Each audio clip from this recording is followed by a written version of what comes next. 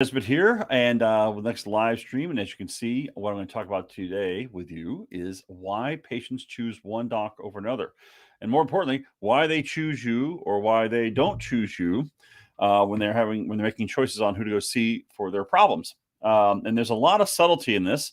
There's some big factors, obviously, and there's some subtle factors. I'm going to talk about both of these things because there's a lot of that goes into this.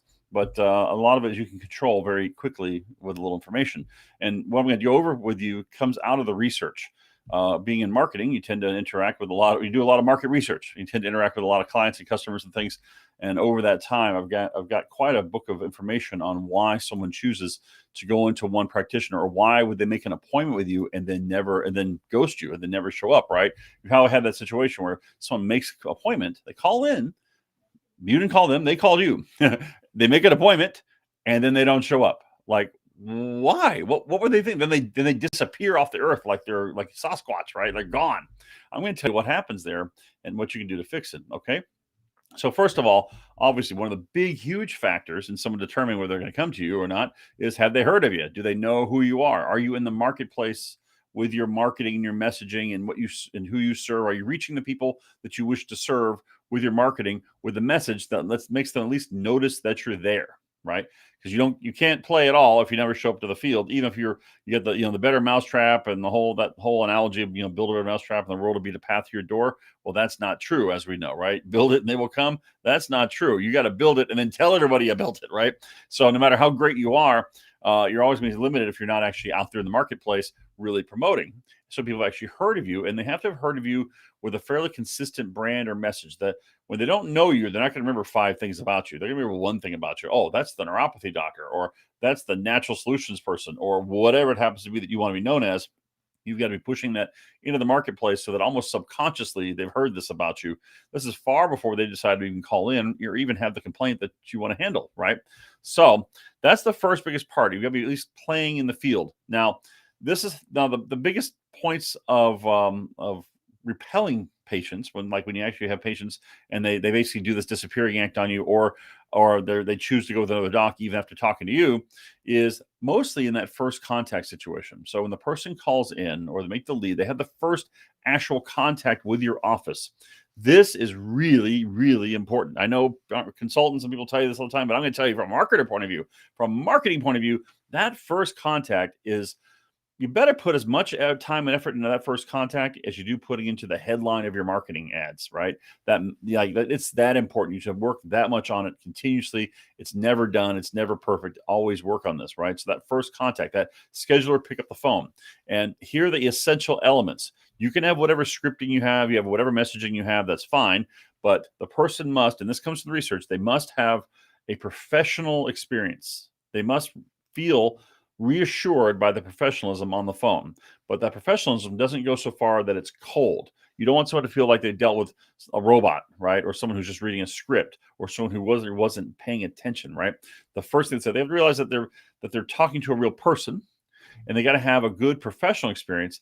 But second, they also have to have a friendly and empathetic experience. They have to feel like they were talking to the person and kind of making friends there, and like the person actually took the time to listen and understand what they said, and to empathize and to really get what they are. So if you've got a front desk person who's on the phone and sometimes they're also handling this other thing while they're taking a new person and they're a little distracted, people can tell. If that person sounds distracted, then that's sending a subconscious signal, and maybe even a conscious signal to the person that they're not that important, right? As soon as they get the idea they're not that important, they start backing away, right? Maybe this isn't right for me. They've got all of the reasons not to take action anyway, and now they've overcome it just enough to call in, and now you're pushing back. You're literally repelling them by not giving that professional, friendly, empathetic, understanding communication style, person, whatever it is, right? It's got to be that.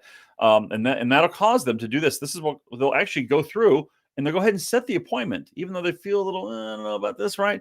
Now, a really good scheduler will detect that this has occurred and be able to clean it up with them and say, I'm sorry, I was interrupted there for a minute. I'm really sorry.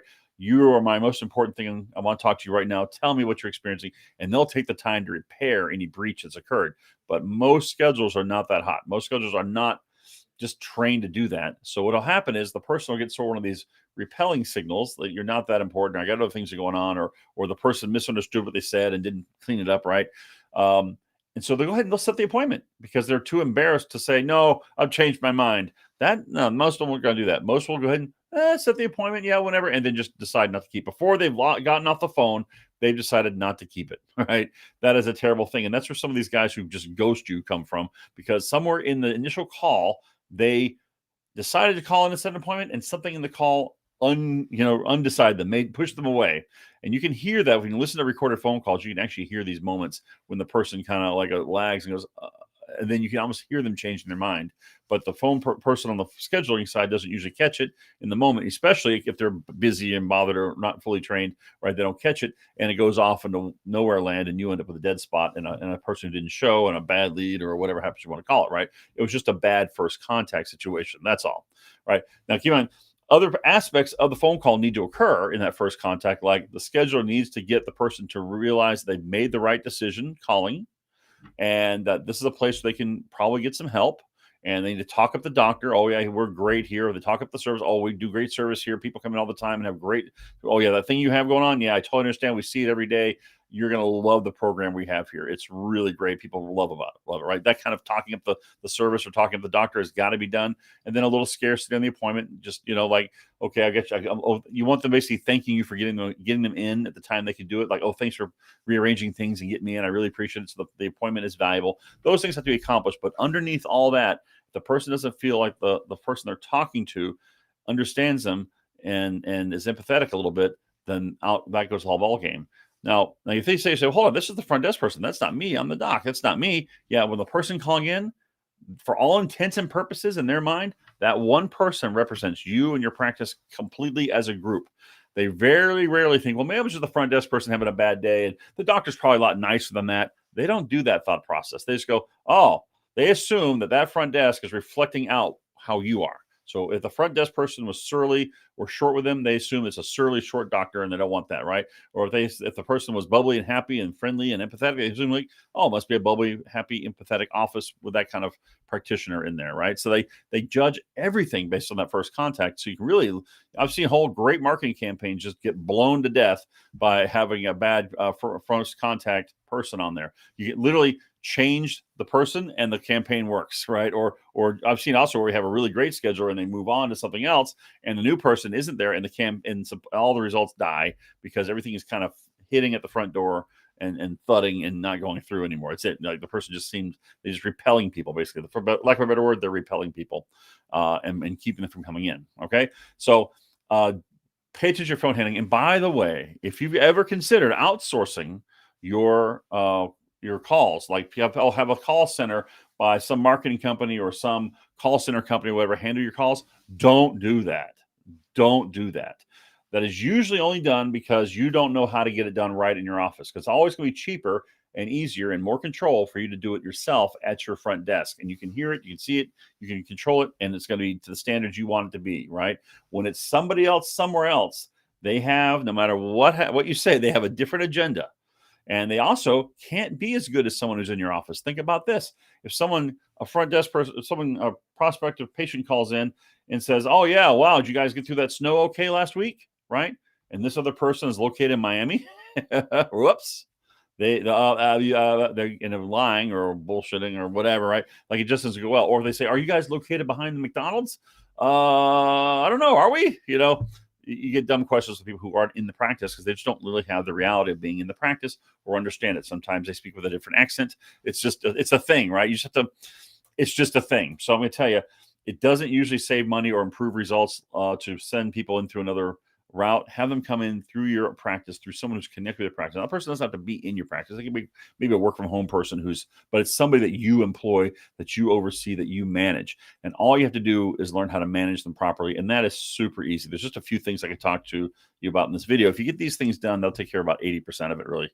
It's not a big deal. Just have to kind of like be a good person and not distracted and make people feel important. Kind of like just be a good person, right? Anyway, so that's kind of what I want to impart to you on this live stream. Now, of course, if you're having trouble with this, or you just don't have enough people calling you in general, talk to us at the Customer Factory. Yeah, as you see, I kept on the screen here, customerfactory.com, the marketing agency million-dollar practices owners recommend. There's a reason they recommend us. It's because we send a lot of people in. And by the way, we have a full training program where we train the front desk person on how to do all the stuff we just talked about. Yeah, I came with a training program just for them, just for our clients. It's a proprietary thing. It's awesome. Every time we have someone train on it, it improves their results immediately. And it's just fantastic. And it's a foundational skill that you've got to have in your practice. So we include that for every client just because it's the right thing to do. Right. So anyway, hopefully if you want to find us, just go to go to customerfactory.com down there. And there's a red button on the website for a discovery call. We'll discover whether it's a good fit, whether your area is open or not, that sort of thing. So I'd love to talk to you that way. If not, I will see you in the next video. Take care.